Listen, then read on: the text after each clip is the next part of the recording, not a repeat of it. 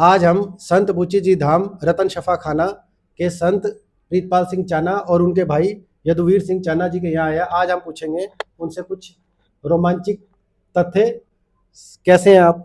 जी, कृपया मलिक जी, पहले तो आपको प्रणाम, आपको नमस्कार, आपके चैनल्स को शुभकामनाएं।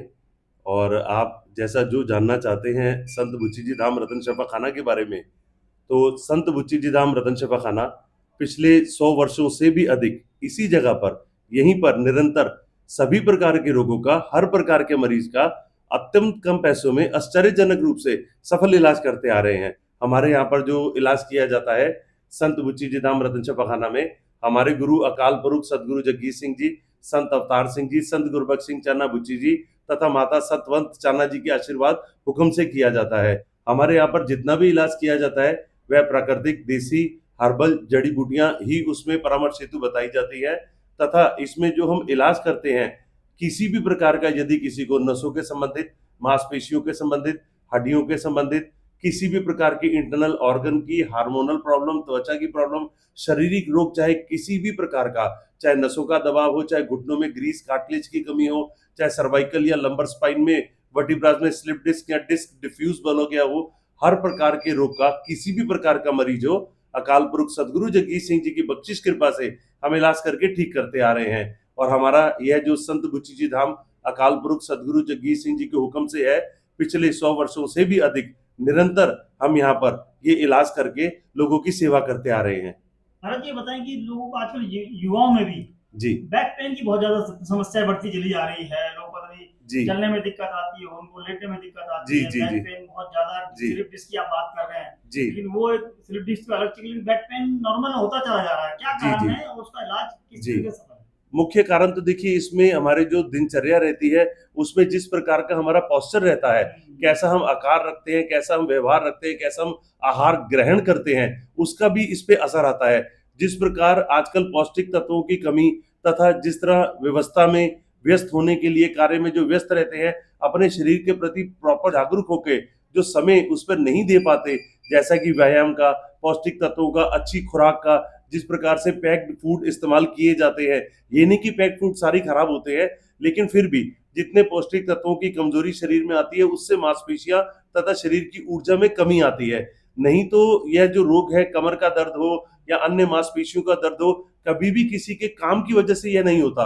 ना तो लंबी सिटिंग से होता है, ना ही ये लंबी स्टैंडिंग वर्क की वजह से होता है। मनुष्य की, मानव की, अपने शरीर की स्वयं की कोई नसों के संबंधित कभी कमजोरी रहती है, चाहे वो खुराक की वजह से हो, चाहे वह शरीर की बेआरामी की वजह से हो, चाहे दिनचर्या में प्रॉपर एक बैलेंस, एक चार्ट, एक टाइम टेबल बैलेंस ना होता हो, कभी रात को जाग लिए, कभी दिन को जाग लिए, खाने पीने के पूरा प्रॉपर शरीर को पौष्टिक तत्व जैसे चाहिए वो ना दिए, तो इसमें ये कारण भी बनता है। लंबा जी ट्रैवल भी बहुत लोग करते हैं, जी बहुत जी हेल्दी होते हैं, लंबा ट्रेवल करने वाले इजीली कर भी सकते हैं यदि शरीर की क्षमता हो। अब कुछ ऐसे हैं कि जो 2-2 3 दिन तक ट्रेवल कर लेते हैं, कुछ चंद घंटों में, मिनटों में एकदम शरीर में थकावट महसूस करते हैं। ट्रेवल टाइम वो भी कर रहे हैं और ट्रेवल टाइम ये भी कर रहे हैं, लेकिन शरीर की ऊर्जा के ऊपर निर्भर है। ये शरीर की मांसपेशियों की कमजोरियां होती हैं। अब किसी की क्षमता 10 घंटे 12 घंटे स्टैंडिंग में काम करने की भी रहती है। अमूमन ऐसे भी होते हैं जो सिटिंग वर्क के अंदर 8 से 10 घंटे बैठ के काम करते हैं। तो ये सारी चीजें शरीर की क्षमता के ऊपर निर्भर करती हैं, हमारी खुराक पर करती हैं, शरीर को हम किस मुताबिक आराम देते हैं, हमारी मांसपेशियों की क्षमता कैसी है, ये उस पर भी निर्भर करता है। इलाज इस पे किस तरीके से है आपने उसका? हमारे यहाँ पर जो इलाज होता है, अकाल पुरख सदगुरु जगजीत सिंह जी की बख्शिश कृपा से, जिस तरह हम ये पट्टी इधर मरीजों को हम इलाज में इस्तेमाल करते हैं, इस पट्टी में किसी प्रकार की कोई दवा नहीं होती, इसको लगाने की कोई विशेष टेक्निक नहीं है। ये हमारे गुरु अकाल पुरख सदगुरु जगजीत सिंह जी का जो हुक्म है कि मरीज आते हैं, हम इलाज करते हैं, पट्टी लगाते हैं, मरीज ठीक होते हैं, ये और कोई नहीं कर पाता। इसका यह जो हमारी रगों में हमारे पिता संत गुरबख्श सिंह चाना बुच्ची जी का जो खून है, यह तब है।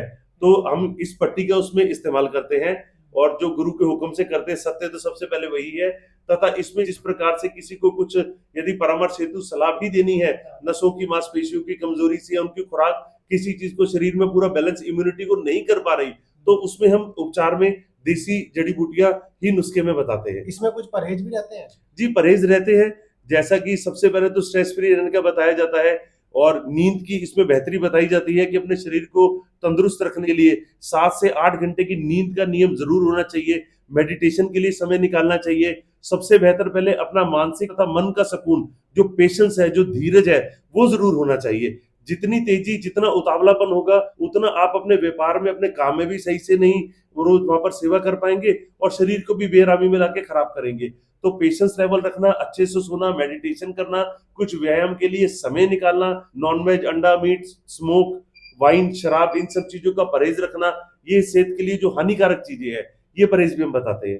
तो जी एक बताएं, आज की डेट में बहुत ज्यादा भ्रम फैल रहा है लोगों जी। में इलाज के नाम पर कि हम मोटे को पतला कर सकते हैं, पतले को मोटा कर सकते हैं। जी इस पर लोग बहुत भ्रमित हो रहे हैं, पैसा भी बहुत खर्च कर रहे हैं मोटे होने के, पतला करने के लिए, पतले वाले मोटा होने के लिए। जी आपके पास कोई ऐसी पद्धति है जो उसका नॉर्मल शरीर उसके नेचुरल पे रहे और उसका शरीर ना जी। मोटा हो ना पतला और शरीर बिल्कुल स्वस्थ रहे? जी जी बिल्कुल है। जैसे मैंने अभी आपको शुरुआत में भी इसी में बताया कि व्यायाम, एक्सरसाइज, नींद सही रखना और भोजन की खुराक का एक संतुलन आहार अपने शरीर के मुताबिक ग्रहण करना।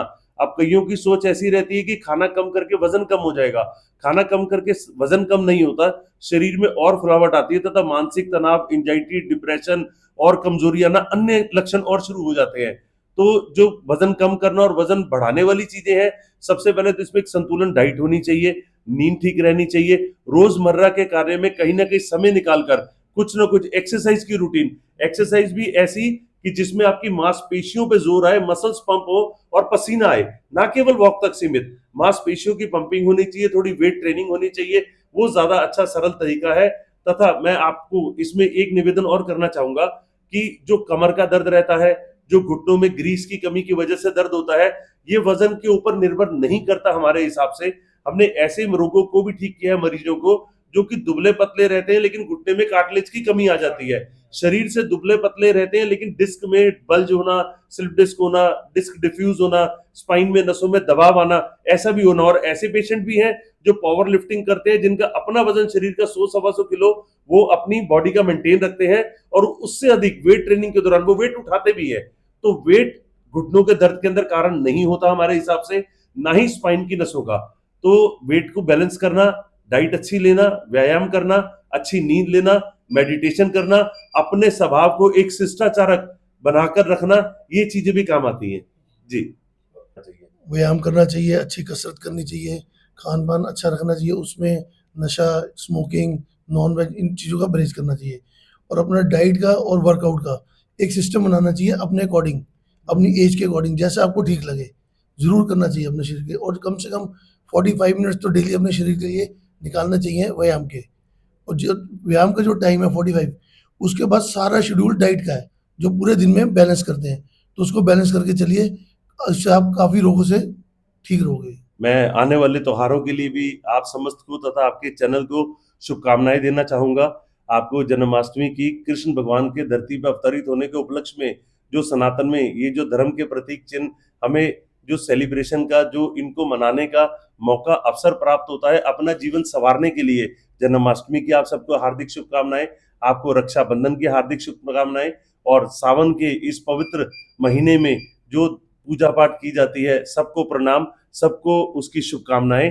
तथा मैं सबसे निवेदन करना चाहूंगा कि हमें किसी भी चीज का, नशीले पदार्थ का सेवन नहीं करना चाहिए जो हमारे शरीर को तथा हमारी मत को हानि देता है, जैसा कि शराब या अन्य ड्रग्स का सेवन करना, स्मोकिंग का सेवन करना। जब हम नशे से रहित रहते हैं, नशीली चीजों का सेवन नहीं करते, तब हम अपने माता पिता, अपने बड़े बुजुर्गों के प्रति, अपने देश के प्रति, अपने समाज के प्रति, अपने रिश्तेदारों के प्रति, अपने बड़े बुजुर्गों की आस पर, अपने माता पिता की उम्मीद पर हम खरे उतरते हैं। जब हम अपने शरीर का भी स्वास्थ्य का ध्यान रखते हैं और जब हम अपने आप को नशे से मुक्त रखते हैं, तो अपने कुल के साथ भी हम कुल घाती नहीं कहलाते, देश के प्रति भी हम गद्दार नहीं कहलाते, अपने समाज में जहां हम रहते हैं उसके लिए भी हम एक अच्छाई का प्रचार करते हैं जब हम नशे से रहित रहते हैं। नशे का त्याग करना चाहिए। यदि कोई इसमें ग्रस्त भी हो तो आपसे निवेदन है हाथ जोड़कर कि जितना प्यार और स्नेह से उसको समझाया जाए, उसको प्यार से इस चीज से प्रेरित किया जाए कि इस नशे का जो उसकी सेहत को हानि कर रहा है, उसके परिवार को, उसके माता पिता को, उसके बड़े बुजुर्गों की उम्मीद को, आस को, जो उसके द्वारा उनको जो दुख मिल रहा है, उससे वो त्याग दे। नशे करने वाले को भी, नशीली चीजों का सेवन करने वाले को भी बहुत स्नेह से, प्यार से ही संपर्क में लाके इसके लिए काउंसलिंग, इसके लिए समझाना चाहिए। आप सबको प्रणाम। आप सबके परिवार में सुख शांति बनी रहे, आप सबके बच्चे जीवन खुशहाल बने रहे, आप सुखी रहे। धन्यवाद, नमस्कार। तो आज हम संत बुच्ची जी धाम रतन शफा खाना में आए थे। यहाँ हमने प्रीतपाल सिंह चाना जी से और यदुवीर सिंह चाना जी से बहुत सवाल पूछे। इनके लिए इनका धन्यवाद।